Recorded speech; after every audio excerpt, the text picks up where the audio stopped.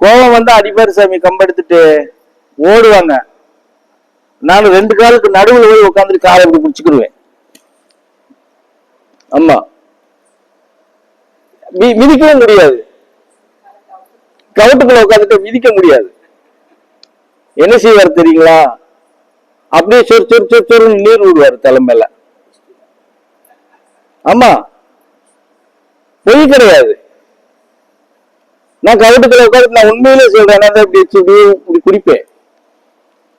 ஆமா,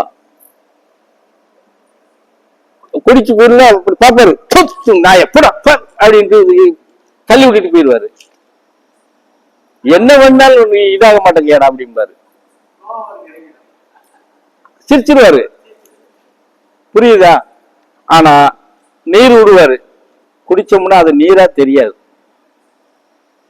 அவ்வளவு இனிப்பா இருக்கும் சாமி. நம்ம இளநீர் எப்படி குடிக்கிறோம் அப்படி இருக்கும். புரியுதா? இப்படி பல இது இருக்குது. அவரு ஆகி போனாருன்னா சபாத் வாடை தான் வரும். ஆமா,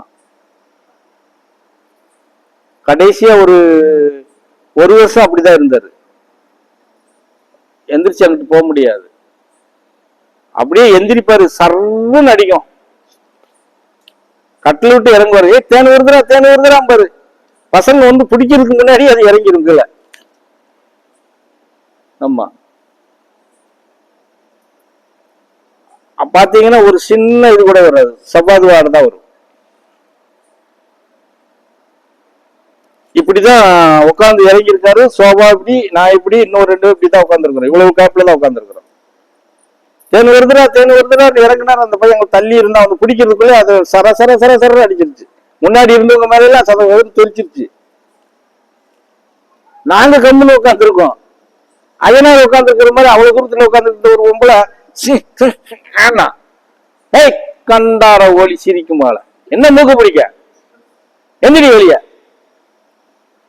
அப்படின்னு எந்திரிச்சு வெளியே முடிக்கவே விட்டாரு. ஒளி உங்களால நான் இந்த பக்கம் போய்கிட்டு இருக்கேன், மூக்க பிடிக்க இங்க எதுக்கு வந்த அப்படின்னு வெளியே விரட்டியே விட்டாரு. பிறகு வெளியே போய் உட்காந்துக்கிட்டு இருந்துச்சு. கூட வந்தவங்க எல்லாம் 4-5 பேர் உள்ள உட்காந்துட்டு இருந்தாங்க. பிறகு கொஞ்ச நேரம் கழிச்சு அவங்க வெளியே போய், நீ ஏன் அப்படி பேசாம இருக்க வேண்டியதானே அப்படின்னு. அப்புறம் அதுக்கப்புறம் அது புதுசா வந்தது, அதுக்கு தெரியாது இல்லையா என்ன நடக்குன்னு.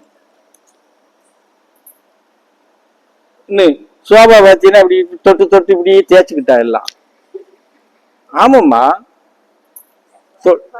தொட்டு தேய்ச்சிக்கிட்டா அப்படி பாப்பாரு. ஆமா, என்ன செய்யறோம் அப்படிங்கறதெல்லாம் பாப்பாரு. அன்னைக்கு நைட்டு பூரா ஒரு 10 தடவை அப்படி போயிருப்பாரு.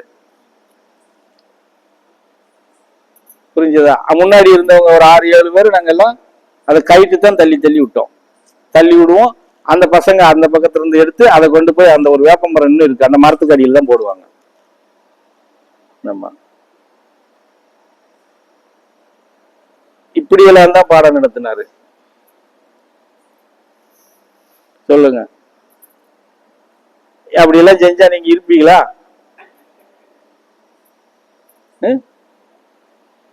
சொல்லுங்க சாமியா.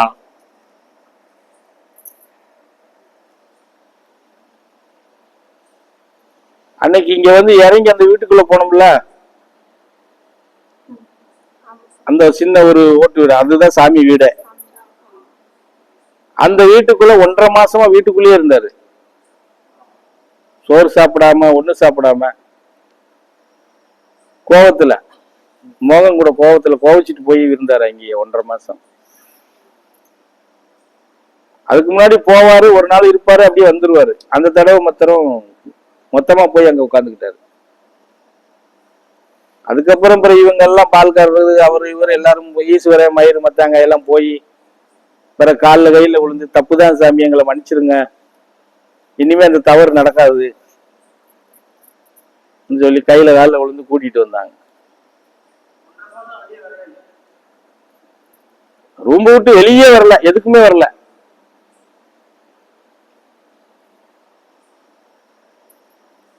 எதுக்கு தெரியுங்களா?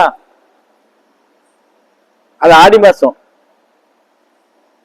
நாங்க வேலூர்ல இருந்து ஒரு 60 பேர் வந்திருக்கோம். எதிர் பக்தர்கள் ஒரு அப்படி இப்படின்னு ஒரு 300 பேர் இருப்போம். காலையில 5:30 மணிக்கெல்லாம் மோகன் வந்தாரு, கூப்பிட்டாரு. இவங்க எல்லாருக்கும் நீ இப்ப வந்து காலையில சாப்பாடு வாங்கி கொடு அப்படின்ட்டு அனுப்பிச்சிட்டாரு. அவரு என்ன பண்ணாரு, போய் சாப்பாடு வாங்கிட்டு வரல, டீ காரங்கிட்ட சொல்லி கேன் டீ வாங்கிட்டு வந்து எல்லாத்துக்கும் கொடுத்துட்டாரு. இதுதான் கோபமே. நான் சொன்னது என்னது, நீ செய்யறது என்னது அப்படின்னு சொல்லிட்டு அப்பவே எழுந்துச்சு போய் உட்கார்ந்தவர் தான். அப்புறம் போய் இவங்க மல்லு கட்டி செஞ்ச அப்புறம் தவறாயிருச்சு சாமி, இதுக்கு பிறகு அப்படின்னு சொல்லி கூட்டிட்டு வந்துட்டாங்க. நாங்களும் அதே மாதிரி அவர் வந்த 2வது நாள் நாங்க அங்க போயிருக்கிறோம் கணக்கம்பட்டிக்கு. அன்னைக்கு ஒரு 20 பேர் போயிருந்தோம். நைட்டு பூரா அங்கேயேதான் இருந்தோம், சாமியெல்லாம் பார்த்தோம், எல்லாம் இது பண்ணிட்டு இருந்தோம், செஞ்சோம். காலையில என்ன பண்ணிட்டாரு, 6 மணிக்கெல்லாம் வண்டி எடுத்துக்கிட்டு பழனியை பார்த்து போயிட்டாரு.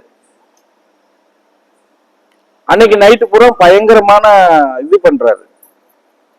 கண்டார ஒளி மங்களா, சிரிக்கு மங்களா, அவங்களே இவங்களே வார புள்ளிகளுக்கு மட்டும் ஆகாரம் கொடுக்க மாட்டேங்கிறீங்க, செய்ய மாட்டேங்கிறீங்க, எல்லாம் பட்னியா போடுறீங்க, அவன் வேலையை பார்க்கறதுக்கான வரைய போறிய, அந்த சிரிக்கு மக்கா இந்த சிரிக்கு மக்கான்னு நைட்டு பூரா திட்டிட்டு இருக்காரு. என்னடா இப்படி பேசிட்டு இருக்காரு, ஏதோ ஒரு திட்டத்துல அது நடக்குது இது அப்படின்னு சொல்லிட்டு. காலையில நாங்க இருக்கிறோம் ஒரு 170 பேர் 173 பேர் என்னமோ இருந்தாங்க. அந்த 170 பேருக்கு நான் என்ன பண்ணேன், ஒருத்தர் அந்த டீ